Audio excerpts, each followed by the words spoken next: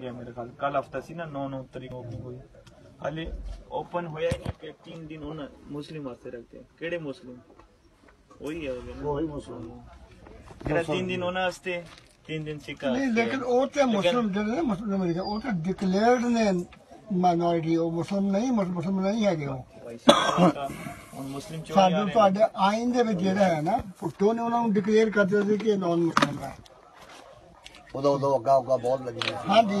ਬੁੱਟੋ ਦੇ ਕਿਹੜੀ ਗੱਲ ਚੱਲ ਰਹੀ ਬੁੱਟੋ ਦੇ ਨਹੀਂ ਇਹ ਆਇਨ ਦਾ ਹਿੱਸਾ ਬਣ ਚੁੱਕੀ ਹੈ ਚੀਜ਼ ਮਤਲਬ ਇਹ ਨਹੀਂ ਕਿ ਜ਼ਬਾਨੀ ਕਲਾਮੀ ਸੀ ਨਹੀਂ ਕਾਦੀਆਨੀ ਇੰਡੀਆ 'ਚ ਰਹਿੰਦੇ ਨੇ ਇੰਡੀਆ ਦੇ ਬਹੁਤ ਕਾਦੀਆਨ ਹੈ ਇੰਡੀਆ 'ਚ ਸੀ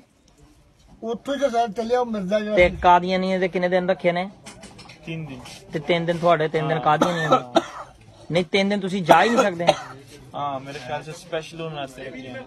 लेकिन उन्होंने उत्थे देखो ना उन्होंने कैसी गेम खेली उन्होंने ਗੁਰਦੁਆਰੇ ਨਾਲ ਕੀ ਚੱਲਦਾ ਉਹਦਾ गुरुद्वारे तो नहीं जान गए हाँ। बाहर ही आन जान गए नहीं वो बार्डर खोल गया ना वो कादे तो खोल गई ना उतो इंडिया दी ਤੁਸੀਂ ਜਾਣਾ ਹੈ ਨਾ गुरुद्वारे का साढ़े ਹਾਂ ਤੁਸੀਂ ਜਾਣੋ ਤੇ ਫਿਰ गुरुद्वारा तो पहले तो सी कोई हाल ही उन्होंने नहीं बनाया हाल इन्होंने वो बनाया जो वीजा फॉर्म वास्ते जो होंदी ना स्पेशल एनकाउंटर होंदी है और एक कंस्ट्रक्शन की थी और तो गुरुद्वारा उधर भी बने ਗੁਰਦੁਆਰਾ ਪਹਿਲਾਂ ਹੀ ਆ हाँ पहले तो इसी ਆ ਮੰਦਰ ਲੱਗੇ ਆ ਖੋਲਣ समझ लो कि कादियानी दा गली निकली आ गली रास्ता खोल लिया थोड़े वास्ते ਸਾਰਾ ਬਣਾ ਦਿੱਤਾ ਕੀ ਬਣਾਤਾ ਉਹ ਗੁਰਦੁਆਰਾ ਇਹ